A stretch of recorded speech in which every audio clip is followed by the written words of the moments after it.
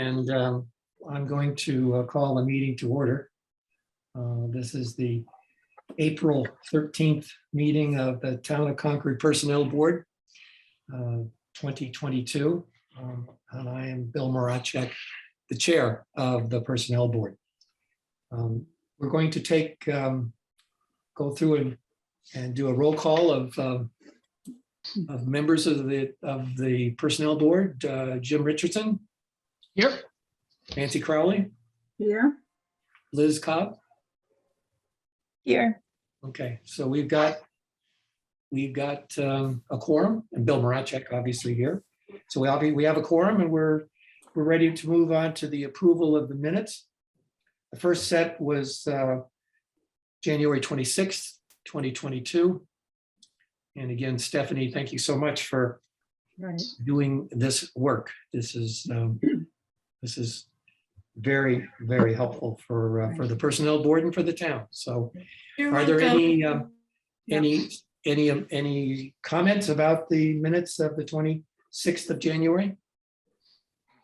I had none. I had none either. So why don't we go and we'll move to approve those minutes. I need someone to make a motion. I'll make a motion. I move to approve the minutes of January 26th, 2022. All right. I will second it. All right. Thank you, Nancy. And those in favor, Nancy Crowley, Aye. Jim Richardson, Aye. and Liz Cobbs. Aye. And Bill Moracek, aye. Now we move to the minutes of February 24th, 2022. Are there any comments? Edits? No. Okay. Not seeing any, we'll take a motion to approve these minutes. All right. I'll be happy to approve the minutes of February 24, 2022. All right. Thank you, Nancy. And is there a second? Yep, I'll second it. All right. Thank you, Jim. Those in favor, Jim Richardson, Aye. Nancy Crowley, Aye. Liz Cobbs, Aye. and Bill Moracek, aye. All right, moving right along. We're now going to talk about the salary range adjustment for the community services coordinator position. And I'll turn it over to Amy. Okay, thank you. So just to provide some background on what this action is all about. The town's regular status positions, meaning those that are half-time or more year-round benefits eligible positions that are non-union, are the ones that are covered by the personnel bylaw, and are the titles and salary ranges for those positions are subject to personnel board approval and then ultimate ratification by town meeting. During the course of any given year, the personnel board has an authority to make changes as needed to the plans that includes titles, salary ranges, that sort of thing. Because the town manager determines what positions exist and how the duties are assigned. And then the personnel board is involved in just the oversight of the plan and making sure that we're grouping those appropriately and applying, have the justification of the salary ranges, that sorts of thing. And so what's interesting about the human services schedule is that we sort of have a sub schedule for the plan that town meeting sees. So when we go with the full class and comp plan to town meeting, there is a set of ranges that are for human services. And so we have a very wide range for human service specialists. And in this category, then we have what we call function titles that are subsets that the personnel board manages within the wide range approved by town meeting. Now, the history of that's a little interesting. It has to do primarily with the funding. These are positions that are grant funded or have been historically. There's some grant funding for these positions. And so as we've grown in our human services types of positions, we needed to find ways to be able to have the flexibility to address market conditions and make changes when we could in a way that's a little bit different than a lot of the other types of regular status positions, again, because of the funding. And that's been evolving. The town's been very committed to working these human service positions into the budget and finding the funding. And so, but what's interesting is this structure for them is a little different than the others. So on the class and comp plan for regular status employees, again, we have the human services specialist category that was approved by town meeting. And then we have on these miscellaneous compensation schedule, these function, the subtitles that we use in sub ranges. And that's what we're proposing to make a change to tonight on one of the function titles that's listed there. This does not ultimately need ratification at town meeting because it falls within what town meeting already approved for the full range. And so I included in the packet the list of or the miscellaneous compensation schedule for human services. And does anybody, would you find it helpful for that to be up on the screen, or do you all have it? I think it'd be helpful. Put it on the screen? Yeah. Okay. All right, give me one moment.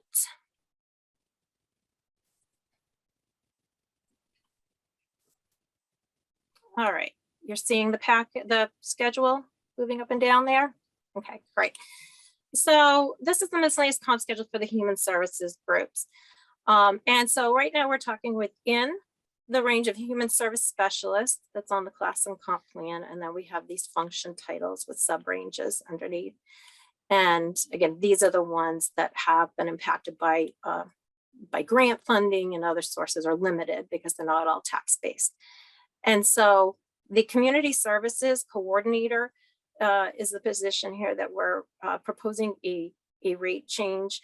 Kate Hodges, the deputy town manager for a few more days, did provide a memo that hopefully you got an opportunity to see, that explained the justification for increasing that range and how the duties of the position, or the volume has changed, the demands for human service positions, and how other towns have been responding to that. So rather than me summarizing all of that, I thought if Kate would like to say anything, we could give her the opportunity here, but otherwise, if you want to ask questions or dive into a particular area, we could do that. Kate, did you want to say anything, or did you get it? Is it in? Everything that I had to say is in the memo, or you summarized beautifully. But I'm happy to answer any questions or elaborate on anything that's in the memo. Okay. All right. And Liz Copps, I have a question. Kate, thank you very much for the memo. It was very helpful. I'm new to this committee and I'm quite new to town as well. I've been here about just under 2 years. So I just have some general questions, if that's all right with you. Absolutely. Could you explain to me the range or the size of the community services coordinator function in the town? Sure. So we have one community services coordinator, and that individual deals with all social services cases, which are generally for people ages 60 and under. The ones that are over 60 are handled by the social services counselors, coordinators, and social workers at the COA. And so the range and the variety of things that people need can either range from simple transitional assistance, meaning that they had a unforeseen circumstance that has left them either with food insecurity, housing insecurity, or all the way to folks who have been referred from school, the school psychologists or the school guidance counselors for a variety of reasons, or folks that are in town that have identified either neighbors or friends or anything else like that. The bulk of the work has really been absorbed by Bonnie Wilbur, who has been in the role now for about 5 years. And prior to that, the woman's name was Eileen Buford, And she began actually 100% grant funded through the community chest, and she was part-time. And then as her caseload grew, my predecessor, Doug Marr, was very instrumental in getting human services to rise to the forefront, and some money was put into the town budget to supplement. And so Eileen's job grew by a few hours each fiscal year. And when Eileen left, she moved to be with her husband, who's in the military. They moved down south. It became a full-time position, and over the course of 4 fiscal years, we phased out the community chest grant, and the town absorbed it. And so last year was the first year that the town was 100% responsible for the entirety of the salary. And I think that was an agreement that we had made in 2016-ish, 2017, with the director of the community chest, because we recognized that this is a staple for the community, and really was, a job in and of itself that that the community needed to be supportive of by way of tax dollars. Thank you very much. That was really helpful for my understanding of things. Sorry to interrupt the flow of the meeting. No, it's fine. That's what we're here for. Yes, Nancy. I think you got to take off mute. There you go. I had a few questions. I was interested to know she worked full-time, right? How Yes. many hours, Kate, does she work? So, 40 hours or? yeah, so she's an exempt employee. So, a minimum is 40. Yeah. I think in a general week, she can see anywhere between 40 and, 45, 46. Certainly, there are times of the year that it could be more than that, particularly around holidays, around the time where school is getting out and then school is getting back into sessions. Those are usually times that we sort of see an uptick in people who are at those transitional need times and need a little bump. My position has supplemented that, meaning the deputy town manager has supplemented some of the overflow. And I understand that Kelly Hebert, who is actually here, I can see in the audience, is going to be in the interim taking on some of those responsibilities. So I would say that, there's probably a solid 50 hours worth of, work in this particular division. And I would say, 40-ish is absorbed by Bonnie. Okay. All right. Yeah, I feel like I can see the write-up was really excellent, made a huge difference. And when you're reading it, you realize between COVID and everything that went on, I'm sure that she really worked a lot of hours. Nice to know she's compensated for the extras. But when I see this salary now, so we're looking at $73,080 at $35 an hour. That's her salary currently. Okay. Oh, she is, okay. Yeah, I have to say that I feel like, in general, my health background anyways, I feel some of the salaries of our healthcare people are a little bit below what I think they should be at. But particularly for her, in this role, it sounds like she's really doing a wide range of services that she coordinates, from somebody that's an elder down to somebody that's in their youth. So, I mean, I think that takes quite a person to be able to adapt to all of that. So I certainly think that it needs to move up. I'm wondering I'm just saying this, that I'm wondering that if it wouldn't be even a little bit more money as time goes on or sooner. Okay. Sure. So just to speak to that a little bit, there's sort of 2 requests, and this is part 1 of that. So what I am asking, should the board approve that the function range match the HS1, is that that Bonnie, or the community services coordinator, receive an increase on top of the $35. So it would be an equity or market adjustment, and that it would be retro to the 1st of January of this year. And that would move her up in the range, but also give her the earning potential. And I don't disagree. I wish that that we had, some infinite supply of money, as I'm sure most department heads do.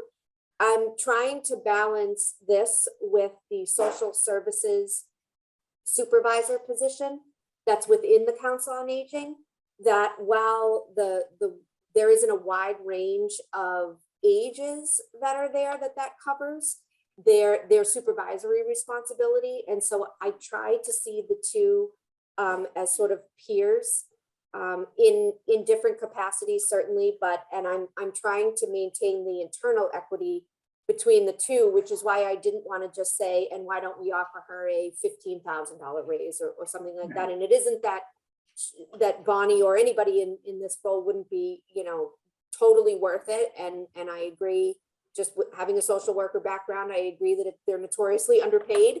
But I also want to make sure that I'm being fair and equitable to the others. So I think that it's sort of a slow and steady wins the race. And I also want to make sure that it's affordable for the community, and we can do it both inside the levy limit and inside what we have available for salaries for FY23 as well. Okay. So. All right, I appreciate all that. One last thing is, what about grants for just that group in general? Is there somebody, I mean, there must be some for some of the positions that, hopefully could bring in some more money to the town. I realize that things have been tough on the town budget as well. So, but that's just a thought. I would like to see if it's possible that somebody would be able to work on some of that to help. Thank you. I'm sorry, grants for salaries or just for programming? Well, I was thinking of grants to get some money to be able to use it for either or, but something that would give some extra money to show that they are, deserving of an increase too. Thank you.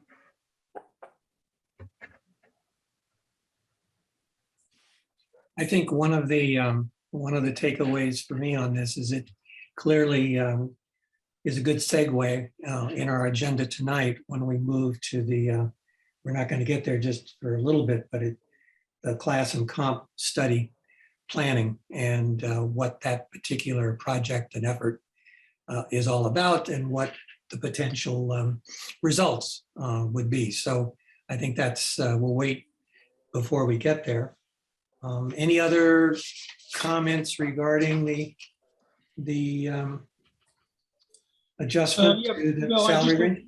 Yeah, I have one quick question. So as I look at this and I think many of us are well aware of the demand on within healthcare, both, towns and otherwise. So we're moving the range for one. What about the other ones, right? So now all of a sudden the maxes of those ranges are low. Would we not move the range for all of them? Or is there a need? Do you want me to answer that? I think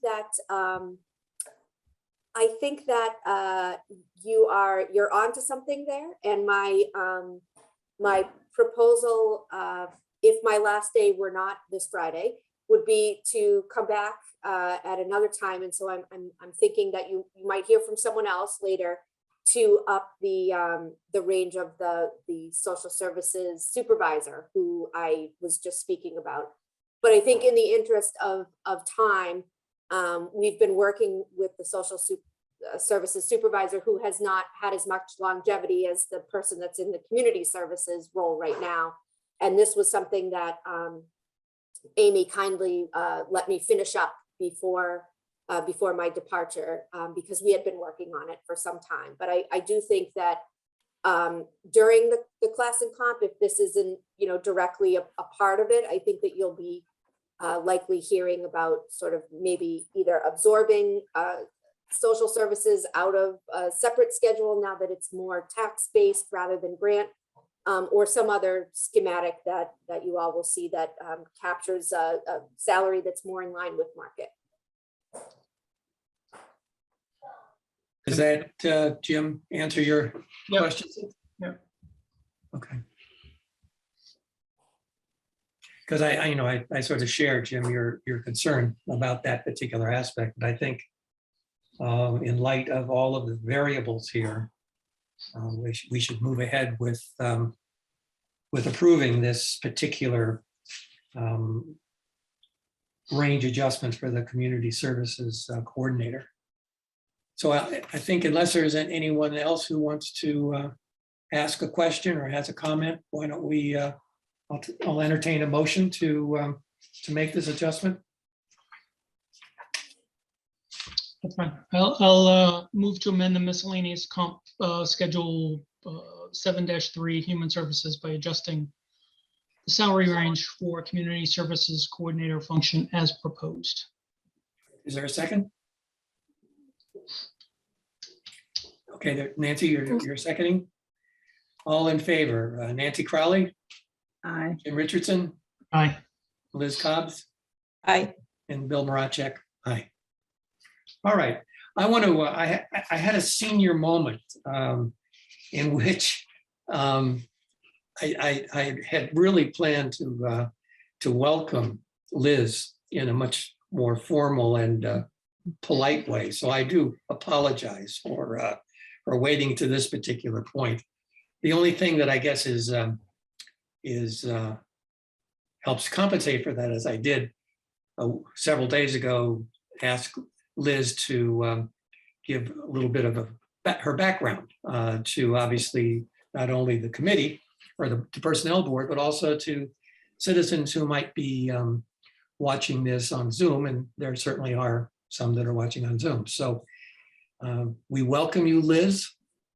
I apologize again for waiting so long to get to that point. And could you just share with us a little bit about you and your background? Sure. Yeah. And thank you very much. And also for the heads up a few days ago, Bill. So my family and I moved to Concord in July of 2020.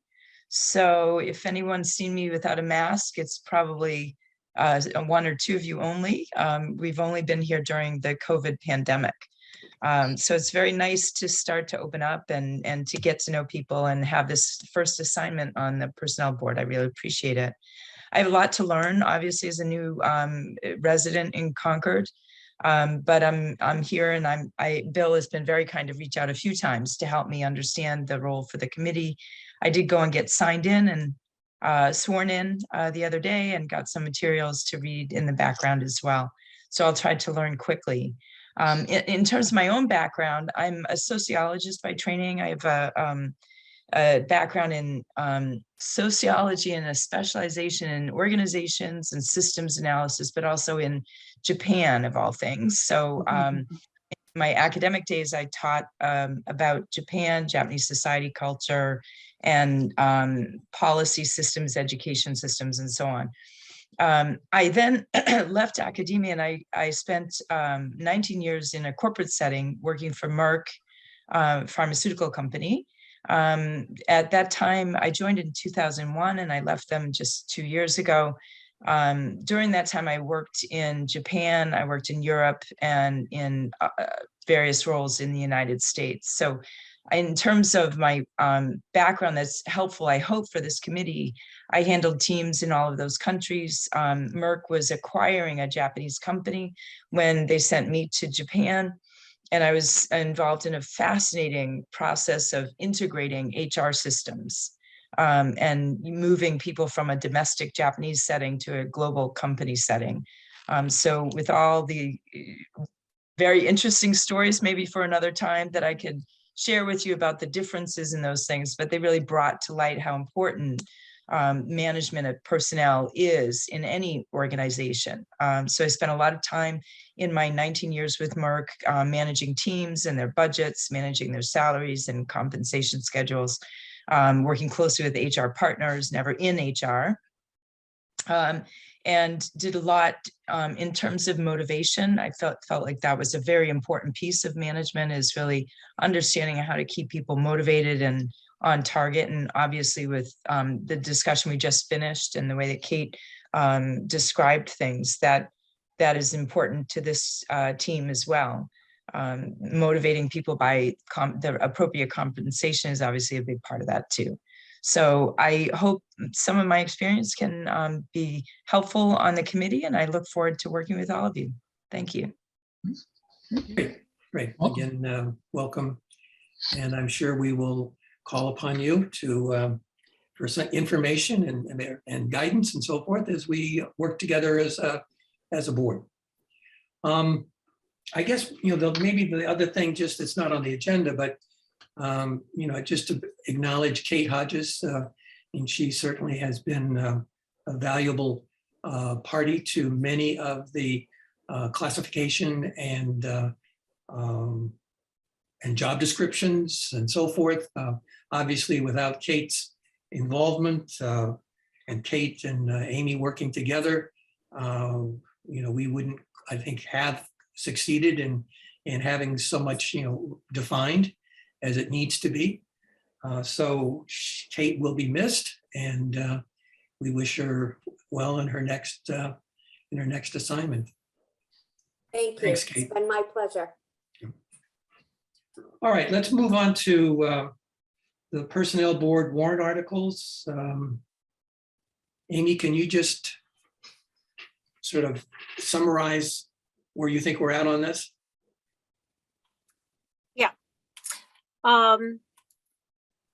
So the public hearings were held, now I've lost track of what month it is, in February.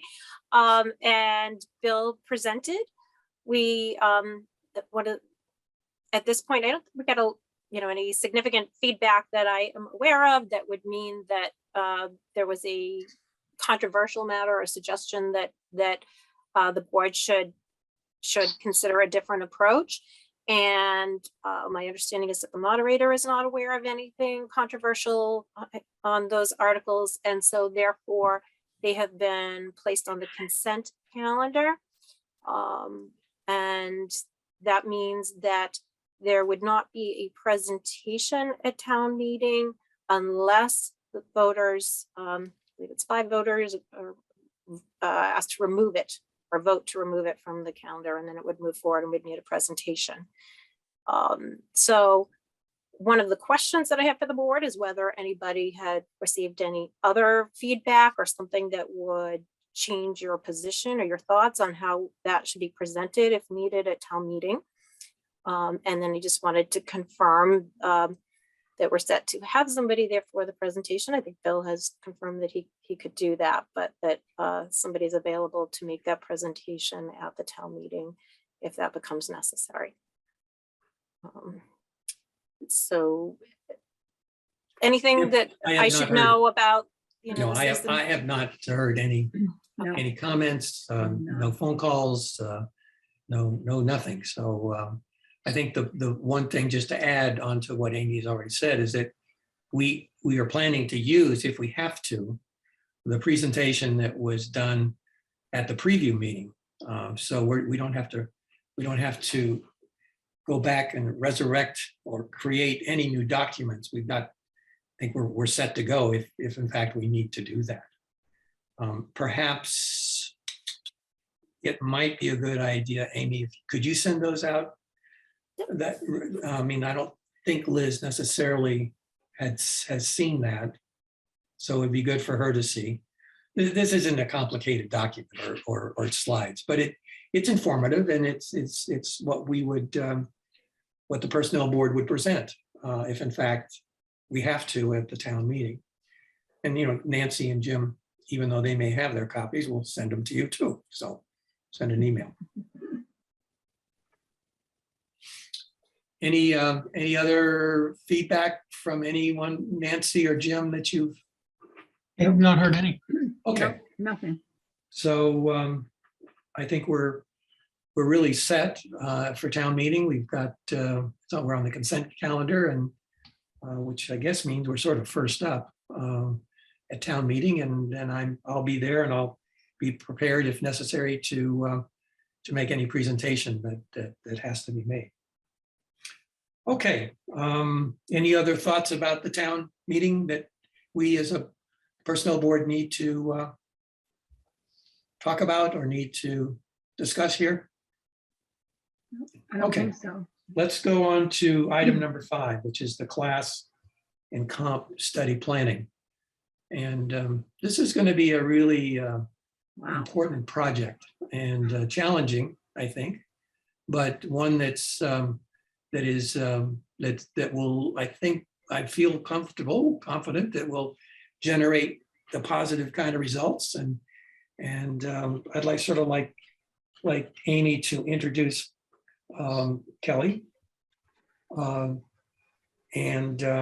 Because Kelly's going to be the project manager, and either Amy can, or let Kelly discuss what her background is. I think it would be really, really important. But I have met Kelly in a previous Zoom session, and I'm confident that she has the kind of credentials and background and experience to lead this particular project for the town of Concord. Sure. So I think we recognized that this is such an important project for the town. And I think that the scope is significantly different than or wider than what we've done before, even though it sounds the same, a class and comp, and most of the steps are the same. There's just a lot more to consider in terms of the way the workforce has changed, the labor market has changed, that sort of thing. So where I'm going is that's why I feel, I think, well, it wasn't just about me, that multiple people felt that we really needed a project manager for this. I know from having been involved in Concord with 3 studies in the past, the level of work that's involved, and I still expect that I will be spending many, many hours myself, but to really get all those details and track the details and communicate, then it makes sense to have a project manager. And that is why we sought out someone to do that, which Kelly Hebert is here, who will serve as the project manager and help us guide this. So I'll stop there. And Kelly, you mind kind of telling us about your experience? And Sure. Yes, happy to do that. Thank you for having me tonight at this Zoom meeting. Thank you for having me here in Concord. I'm really excited. Amy's been great to work with in the 4 weeks or so I've been here. It was great to meet Bill. Kate took me around today to see some of the other community services buildings and the COA. So it's been a very warm welcome in the few weeks I've been here, and look forward to working with all of you in your capacity on the personnel board. Just a little bit about myself. I've lived in Lowell my entire life. Still there. I've got three kids. My husband's a paramedic and helps run an ambulance company. And I am here really I've been in transition a little bit, but to give you some idea of my background, I have about 30 years experience in municipal government. Started actually working for the city of Lowell way back when I was in college at Emmanuel, and then went to Northeastern, got my master's in public administration. And since that time, many years ago, I have found my way to towns such as Belmont and Chelmsford. I was assistant town manager in both of those communities. I was also the director for HR in the city of Lowell for about 3 or 4 years. After I had worked with Bernie Lynch in Chelmsford, he recruited me to work in Lowell with him when he was city manager. And I was actually also the town administrator in the town of Topsfield. Now, in a lot of small towns like Topsfield, you not only have the pleasure of serving as the town administrator or the CFO, but I had the pleasure of also serving as a personnel director. So in that capacity, I was able to, for the very first time in the town's history, to help them to have a professional classification and compensation study done for their town. They had a number of unique situations. A lot of folks were, long-term employees were sort of hanging on step 9 of the grid on an average of 17 years. So they were in real need of having a formal classification and compensation study done. And through that process, I got to be very involved in every step along the way. So a lot of the information that I had worked on or coordinated during that time, I feel that will help serve me well in Concord as we, do a lot of the same types of work here in Concord, but Concord's a much larger town. And as we've been talking about, there's a lot of other components with regard to human services, municipal positions. You've also got your light department. So lots of challenges, but also lots of opportunities. 2008, I believe, was the last time Concord has done a formal study.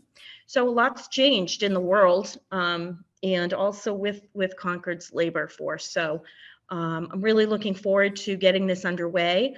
I don't want to belabor the point. I know that we sent out in our package 2 pieces of information that I hope if you haven't had time to review them, please do. Amy and I have been working to put together 2 things. Number one, originally it was actually started out as a list. Amy had said, well, tell me a little bit about your time in Topsfield and your other experience with doing compensation studies.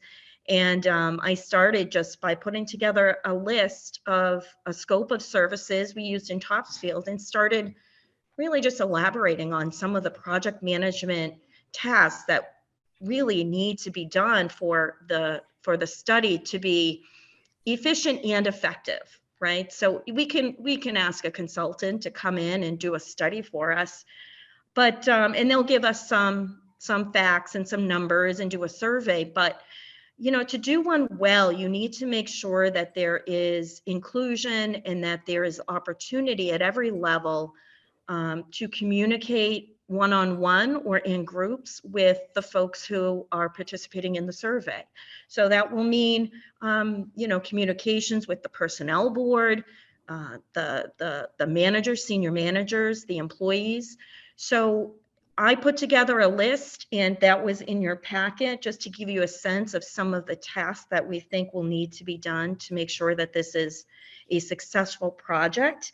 And then secondly, what we also did was put together a project plan. Now, these are all, these are all just with the best of intentions, with the limited information we have, really just try to set out some of the major milestones that we might have as a part of a successful project, including really, a time frame or general time frame that we can expect to hit some of those milestones and to complete the study. So a lot goes into it. I think, having Amy at the helm is a great service because she's been through this. She knows a lot of the folks who work here with the town. So I'm really excited about the opportunity to work with her and all of you in trying to see where this takes us.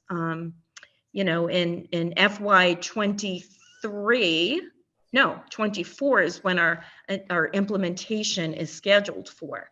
So while we're undertaking a study now, the intent is that once we get all of the results, that we will be able to formulate a plan that would then go into effect for a year from July. So all of that is really just a long way of saying that we've got a good sense of where we need to go and how we're going to do that. And with your help, hopefully that will be a successful process for us all.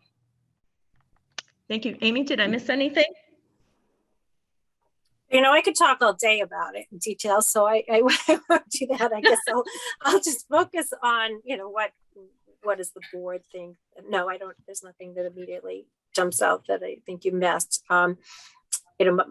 I'd like to kind of understand, just make sure that we're talking about how the board would be included, how we approach the RFP, those sort of details so we can move forward. I will say our goal is to get the RFP on the streets ASAP by the end of April. And so, that's what I'm hoping, that we have enough information for that to leave this meeting, get the RFP, work with Bill or anyone else as needed and get that out there. And then the discussions will continue through this as we go along about what's needed. So I'm going to stop and see how you would like to proceed. And I saw that Liz held up her. I just have a quick question about the RFP. And when you send that out, are you inviting any particular companies to apply that you have information about? And can you share that information if you do? Yeah, Kelly, do you want to? Oh, sure. Like, you know, okay. Yes, well, and that is the objective of doing the RFP. Our intent is that we have laid out what we believe to be a very comprehensive list of all of the projects or tasks that will be involved with that. And once that is prepared, and when we say we want to get that on the street, what we're doing is we're advertising to let potential vendors know, qualified vendors know what we're doing, what we hope to do, and we're inviting them to give us their proposal that will be given to us in one envelope. And then in a separate envelope, we'll be inviting them to give us a price estimate, so a cost estimate. So that's a formal process we need to follow for a project of this scope. And we have a list of names. We've been doing some research. So we do have a few consultants we're going to send this to. But by following that process, we can make sure that we get the most responsive qualified bidder to assist us with this particular project. All right, thank you. Any other questions, Liz? Are you okay with? Yeah, no, that sounds, I guess the next follow-up would be, what is the role for the personnel board in reviewing those, the bids that come in, or, you know, one of the envelopes, what, you know, what their scope of work is and the reputation of the companies and that sort of thing. Is that, I'm new to the committee, as you all know, so it's really an open question. Where does the responsibilities for the board fit in, Bill? Maybe that's a question for you or for Amy. Well, you know, it's a good question, and it's something that has already been asked. I've only been on the personnel board for 3 years, so we haven't had a similar situation with the necessity for an RFP. I've made it clear that you know, the personnel board is very interested in providing input and feedback on the draft RFP so that it can reflect the concerns of the personnel board. I don't know, Amy, does the open meeting law sort of preclude us or preclude I would have to think it does, precludes the personnel board from meeting and as a group make suggestions. No, you can make suggestions. You just have to post a meeting. If you've got a quorum of the board, you have to post a meeting and have that in a public discussion. If there is any aspect of it that is, it needs to be kept confidential or sensitive for some reason, then we should think about how to approach that.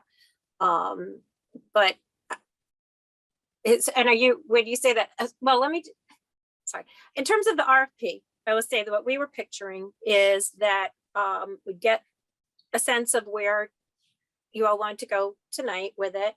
And that Kelly could send out to the board a draft and invite the members to send back comments to Kelly to compile and put something together. You can't have a communication and email chain that involves all of you. That would violate the open meeting law. So it would have to be something that you're sending back comments to staff. Then we can see about next steps. I guess is whether it's going back for staff. I'm sorry, is it coming back to the personnel board or is staff finalizing it at that point with Bill? That was one of the suggestions on how to get it out most expeditiously. That's just the first stage, that's the RFP. Then there are other points along the way that we could talk about what role the personnel board wants to play. For example, I would imagine that in reviewing the bids, you may want to have somebody reviewing the bids with us. If we're going to interview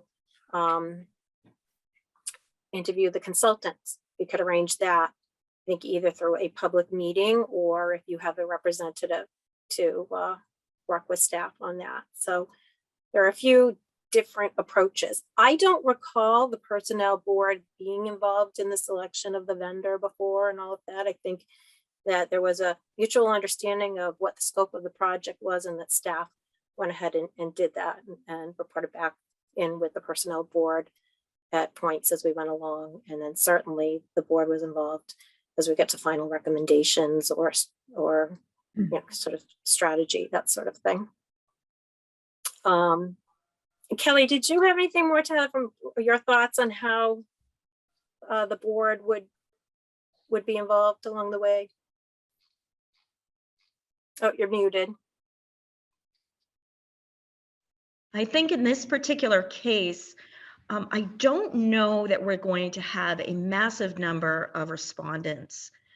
And in which case, if we did, there would be a very good potential role for this board to have in terms of trying to figure out which of the responsive qualified vendors we feel has the best response for us. I know that there's probably 2 local vendors. We are reaching out as far as we can, but I don't see that there is going to be a huge overwhelming demand with responses by vendors. Typically what you would see is it becomes very methodical that we would work with the purchasing department and our purchasing officer to make sure, in fact, we don't even have to be involved with that necessarily, but we will be. We could have maybe a committee that just selects the proposer. It's possible that if there's a member of the personnel board as an individual that would like to be on that review of the RFPs, maybe that would be a way to get some inclusion and some participation from the board. Maybe one member sitting in with maybe myself and the purchasing officer and Amy, and just making sure when we receive the bids, they come in 2 envelopes, you open them, you sign them in, and then the first thing is you review them for, are they responsive, are they qualified? And if they are, say you get 3 applications, if 2 of them are responsive and 1 isn't, you only take those 2, and then you would open up the cost envelope. So I don't see it as a very long drawn out process. If there's some way that the personnel board would like to be involved, it might be easier to perhaps designate 1 person who could be involved with us in that selection process. That might be an easy way to get some participation that would also give us, you know, your viewpoint on what we're doing and get you sort of involved in the project. So that might be a good way to connect the dots as far as the personnel board goes without necessarily having to get into all of the formality of a full meeting, if that helps at all. Okay, it does help. Thank you. Any other comments, Nancy or Jim, regarding this project? No, I have none at the moment. It's pretty conclusive. I mean, it's loaded with lots of information. So There's one point that came to my mind that I think we need to just put out there on the table. And that has to do with, let's see if I can find the, all right, so this is on the, I saw this on the project plan and overview. And this has to do with the 3rd bullet, which talks about, again, this is the project plan and overview, yeah. Roman numeral 1, project overview, A goals. And the 3rd bullet says fully compensate and motivate staff with pay and a total compensation package that is competitive and so forth. So will the benefits that are currently offered to town non-union employees, will this also be a part of the survey or not? Because it's the only way you can fit this into, at least the language that I see here, is total compensation package. Well, total compensation package is pretty explanatory. I mean, it's benefits and it's pay. And there may clearly be some incidental things as well. So what are your thoughts, Kelly and Amy, as to the benefits piece that I'm mentioning here as part of total compensation?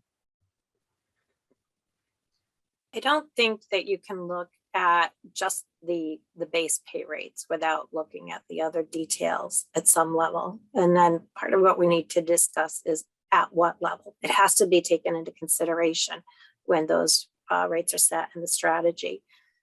The more details we have, the more, the bigger the survey is, the study is. It might not be cost effective. It might not meet the timelines that we need. And so one of the things that Kelly and I have talked about is doing some sort of a menu of added on prices to see how far we could go with that. So the most basic answer, yes, Bill, I don't know how you could look at this stuff without taking into consideration how much detail we go into, how much does the consultant do. I think we've got to work our way through that to not. Okay, well, I think that's probably makes, it's logical and it's a good approach, but I think, I don't know how you could talk total compensation without including the benefit element and component. And so Kelly, do you have anything to add to this point? Really just that we really did seriously consider the other potential pieces that might come into this. We really had to balance the primary goals of this project with respect to compensation and classification. We didn't want to go too far down another rabbit hole because we want to make sure that this is our primary goal, the primary project to move forward. It is very likely that we might find from this initial study that there are other components to our package that could be keeping people from wanting to work in Concord or to continue to work here. And so what we decided to do was to try to focus on the comp and classification and where it might be practicable, maybe put in some add-on menu features at the end of our RFP that states maybe a separate a la carte menu of other projects that we might be able to add to the project, such as I could think the most simplest might be, take a look at our benefits packages. If you're coming to the community, where does that stop us from meeting our goals to attract and retain highly competent and qualified staff? So to your point, you're exactly right. To our point, we're trying to balance that reality with the need to get this on the street as soon as possible without getting it too bogged down in some of the other secondary objectives we have. So I think if I explain that correctly, and given that that is an issue, we might want to work in an extra paragraph into the draft RFP that states something to the effect of, to consider and review the benefits package of the town to make any recommendations as for further study or further recommendations. So we might find a way to incorporate that maybe at the end of the RFP. And if finances allow, be able to look at that a little bit deeper with the very same vendor who's going to do the larger project. Okay. Can I just comment too on health insurance, which is, of course, the biggest benefit, and has been a real concern for Concord employees. And there are things to talk about there, I suppose, separately that could relate to strategy and how, what Concord's contribution rate was and the history of that, and the funding of OPEB, which has been a major consideration for Concord, the other post-employment benefits that Concord has given priority to. But I just want to say there's no way we can't consider what the town's contribution rates are in those insurance packages when compensation strategy, the base pay is being set. That has to be part of it. So we have to have enough information and consideration to that for the consultants to help sort that through. But again, how detailed, how much of a study do we look at?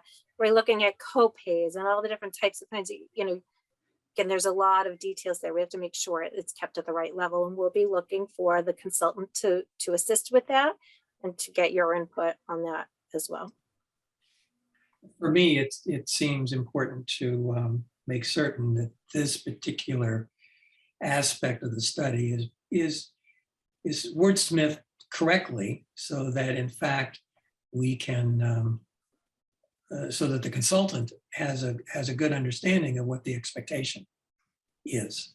And certainly there are different ways to structure this, as I'm hearing you say, add-ons and sort of like an a la carte menu. But I think we're going to miss the boat in terms of providing to the citizens of Concord who are clearly worried about recruiting and retention to go 2/3 of the way and not to go all the way. It's almost, it seems like be a huge waste of resources and money. But anyway, that's we have to start with the RFP. So at least at this juncture, it would be necessary to ensure that the language and the expectation is properly set. I agree, with just kind of an add-on comment there, maybe that's obvious. There may be parts that we have other ways of getting done. So for example, if it's too much to have the consultant to gather certain data, then Kelly may be able to work on that, or we could have staff do it so that the consultant can certainly use that data and take it into account and making the recommendations. It would still be used, but it's sort of, how do we get that? How do we present it? So that's an excellent point. So, it's depends on how you use the resources, and Kelly's obviously a resource. So, and some of this will, as we go forward, it'll become clearer as terms of who does what. Yep. Any other thoughts or comments about the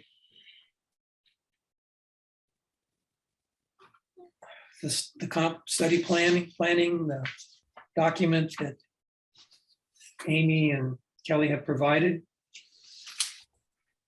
I see that Ned Perry turned on camera. I don't know, Ned, if you were looking for an opportunity to comment. Having been invited, Ned Perry, 362 Bedford Street, having been invited or given the opportunity, I will comment that I think the chair is 100% correct here.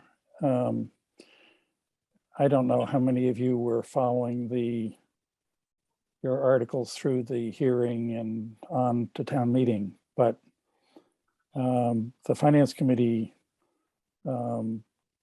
declared that they're not going to get down into the granular part of the financial part of the personnel board's work. It went to the select board, and the select board also totally ignored any part of the compensation. So I think the chair is absolutely correct, and I would hope that Liz, with her tremendous background, will come on board and support the chair's urging that the health benefits of the town employees get reviewed in this class and comp under that provision that the total compensation bill pointed out.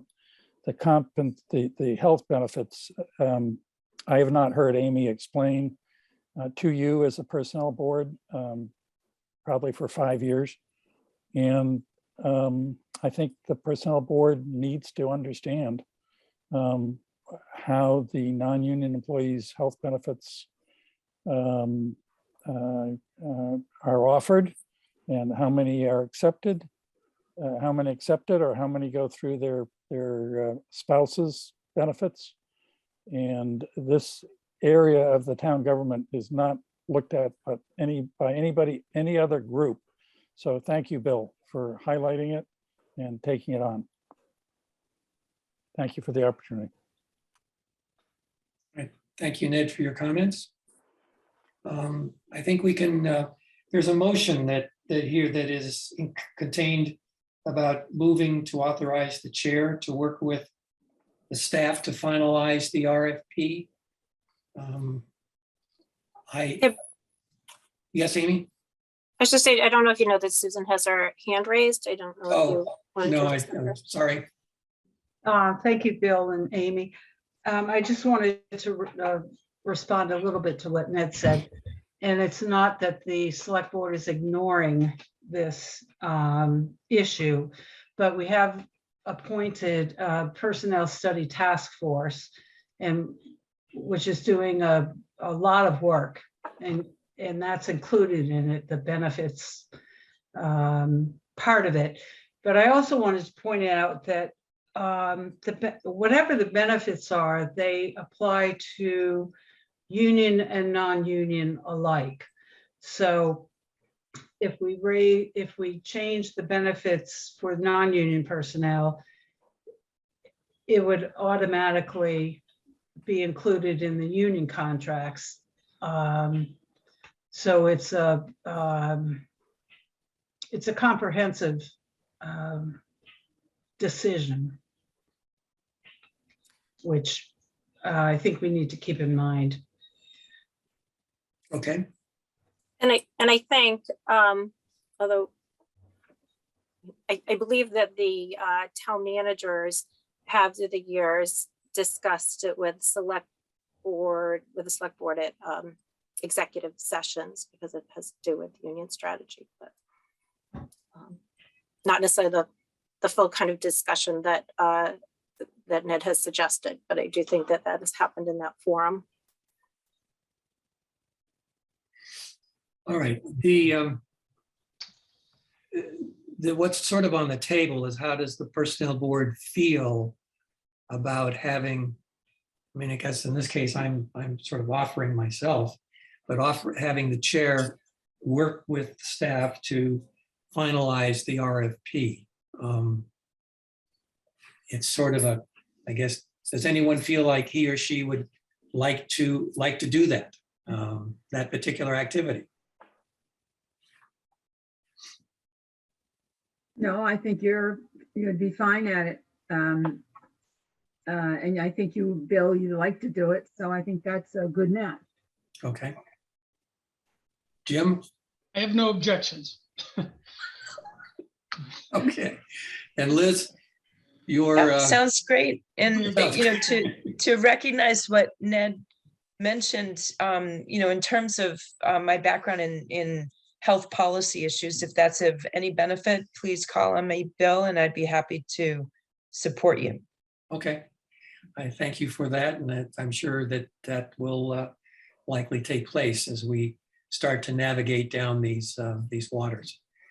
So I think we need to I'll entertain the motion about moving to authorize the chair. This happens to be on the back side of the agenda. I need one of the personnel board members to move that. Yeah, I'll do it. I'll make a motion to move to authorize the chair to work with staff to finalize the request for proposal for classification and comp study reflective of the project scope discussed by the personnel board.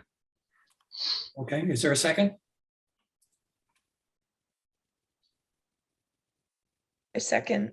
Okay, there's a second from Liz. All in favor? Aye. Liz? You're Aye. aye. And Jim Richardson? Aye. Nancy Crowley? Aye. And Bill Marachek, aye. Okay. Thank you all. And yes, I am looking forward to being able to participate in this particular effort, since I do have some background in. Yeah, I knew that, Bill. I didn't want to take that away from you. Oh, okay, thanks, Jim. But I would give it up, you know. Okay, so I think we're moving to 6, the Personnel Study Task Force. Is there, Susan, do you have anything to, are you still here? Yes. I am, yes. Do you have anything to? No, To they met contribute. on Monday, and there was a survey done, which had a very big response, like 180 responses to the survey. And they're in the process of going through that information and developing recommendations, which they will present to the select board. is it to present to the select board or to present in their report? Well, the report, they were appointed to make recommendations to select board. So they'll produce a report which will be presented to select board. Okay. But this Sorry, is what was, all a what was part. the, of the process. sorry, Bill. What was No. this, what was the survey? It was an employee survey. I saw it after it was completed, and the only, it's a confidential survey. There are some charts and graphs about general answers, but the results have been confined to the Personnel Study Task Force and the Select Board and the Town Manager. So it covered a wide variety of employee satisfaction issues. And the task force is going to use that information to develop recommendations based on that, as well as recommendations for amendments to the personnel bylaw.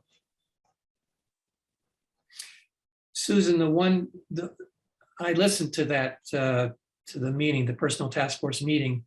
And what I just didn't quite understand was the comment about the attorney.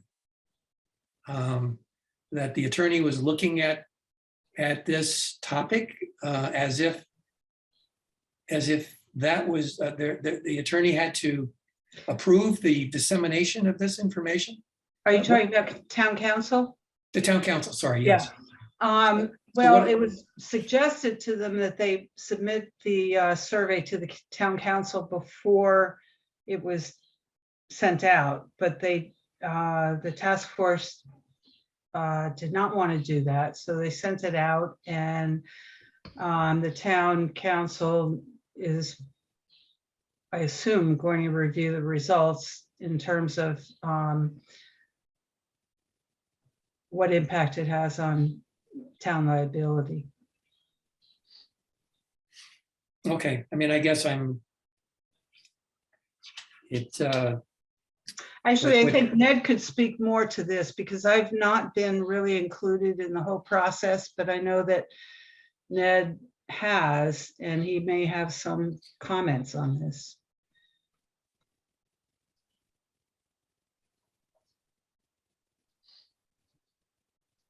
Nothing like being put on the hot seat, Susan. I My don't, specialty. I really don't have a lot of comments other to say that if you look back, as Anita Techley has done in the personnel board activities back, and I went back to the town reports in 1990 and 1991. And the personnel board was meeting with employees and meeting with departments and doing a whole lot more outreach than has been done in the last 6 or 7 years. So hopefully this personnel board and you've met substantively more this year than I've seen you meet before, so good for you. And I hope that you will continue to do that. And we'll continue to perhaps look back at what previous personnel boards were doing to hold on to our town employees. I am told that the survey shows that we have really slipped in the municipal government status. We used to be in the top 10% of municipal employers in the Commonwealth. And I hope that Kelly will get us back there through her good work. I worked for 2 different classification compensation companies, as Bill knows from our discussion a year ago. And it's so important to have these town-wide surveys done, compare ourselves not only with the private sector, but with the public sector. And I'm now well beyond my suggested topic, Susan, so maybe I'll stop there. But I think that town council is taking a look at the survey to see if there are items within the survey that perhaps should be just limited to the task force. But I'm hoping that the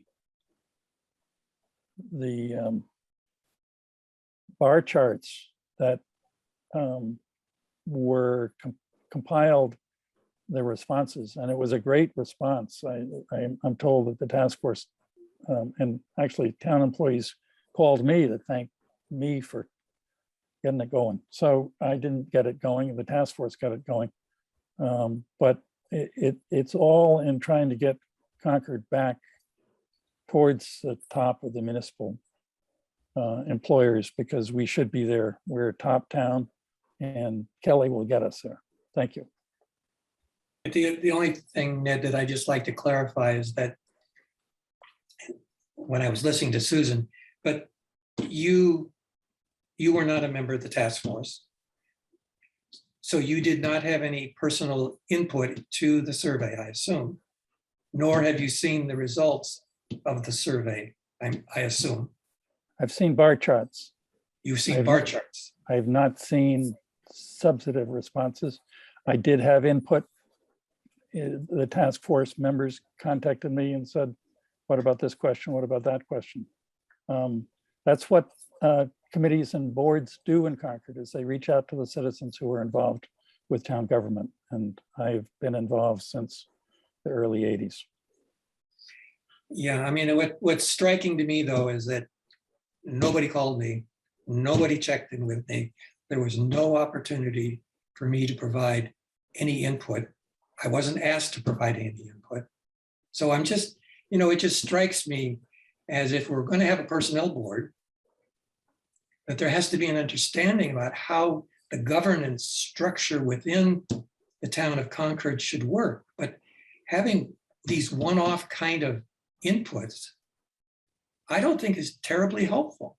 I'll send you the minutes from the personnel board from the 1990 and 1991 report. I've seen them. I know, I've got those. I've Good. seen those. Good. I've So seen you know what the personnel board used to do.